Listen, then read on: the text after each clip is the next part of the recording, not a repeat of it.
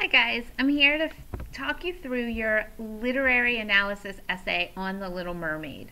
So coming up in the next basically 2 weeks, you're going to be working on a literary analysis essay that's based on your thoughts on the book and the movie of The Little Mermaid, and you're going to compare them both.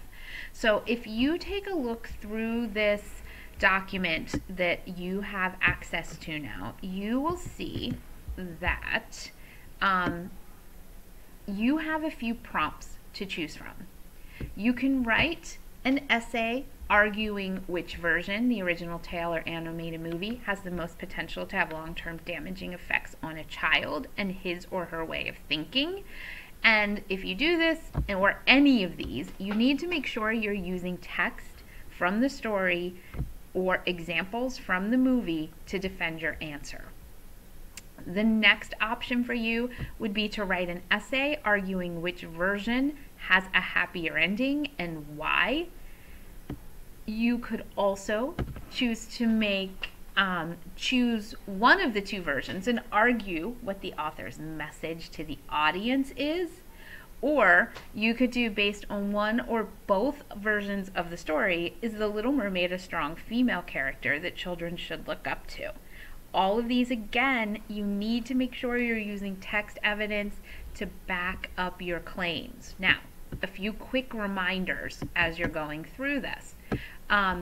You have to make sure that your essay is a 5-paragraph essay. So you will have an intro paragraph, 3 body paragraphs, and a conclusion paragraph. I know you guys have written these before, but if you have questions, make sure you check with me.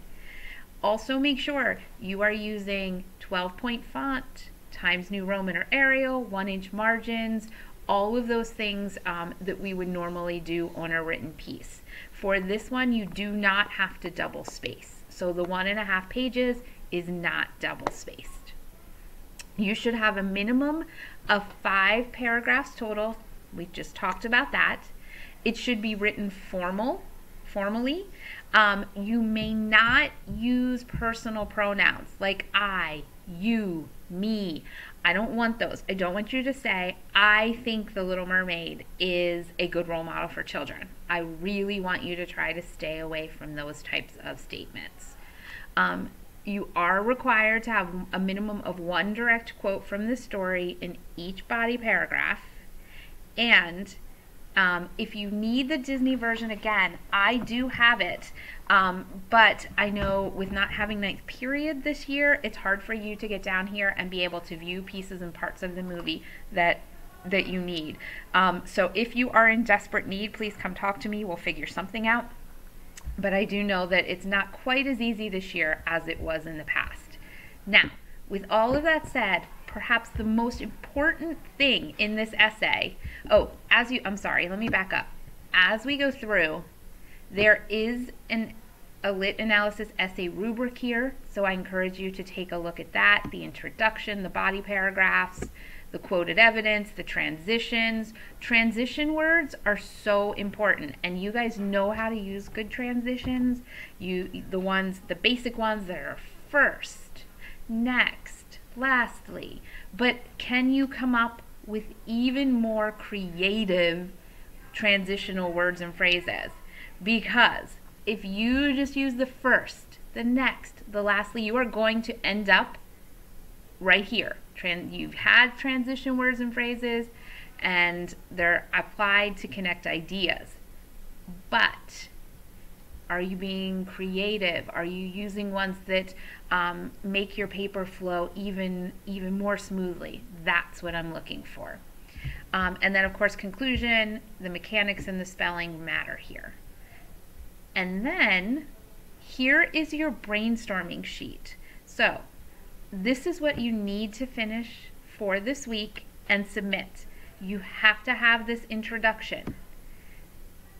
I want you to come up with your thesis statement, which I'm going to help you with here in just a moment. And then your body paragraphs with your topic sentences, transitions from the topic sentences to your quotes, your direct quotes, And finally, analyzing and explaining how the quote proves your point. That's so important here. Make sure you are going back and saying, this is why I picked this quote. This is how this quote relates back to the story. Or to my point, I should say. And then, of course, you're going to paraphrase your thesis here, restate it in a different way. Restate your 3 main points, and close everything off in a persuasive way. And then eventually there's a lovely little checklist here that you guys can use when you're going back through your essay to edit and revise that. But you won't need that right now. So, thesis statement, arguably the most important thing that will be in your essay. So I want you to think, what does a great thesis statement mean? It's 1 to 2 sentences long, always framed as a statement and not a question. It clearly points out the subject of the writing and takes a stand rather than simply announces the topic. So, for example, we don't want, I'm going to tell you about why I think The Little Mermaid is a good role model for children. Nope, not good. Don't do that. Instead, you could say, very clearly and to the point, The Little Mermaid is a good role model for children. But you can't stop there. You have to tell me what's going to be coming up in your paragraphs that you're going to use to back up that idea. So you want to include your points, your 3 main body paragraph points that are going to back up your idea or your point of view. So you could say, The Little Mermaid is a good role model for children because she's willing to take risks, she loves her family, and she's willing to do anything for love. Now, I'm not saying those are great reasons, but for our purpose of our examples, they work. So you could see you can see how we have a clear statement, we have 3 ideas, and we end it, and boom, we're off and running into our 3 body paragraphs. So this would come at the end of your intro paragraph.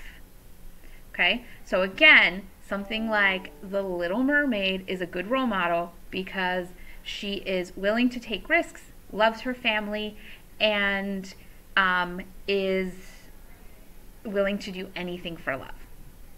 Okay, if you guys end up having any questions about any of this, please make sure you see me. But remember that your planning, your organizer, is due to me by the end of the week. So please make sure you get that in on time.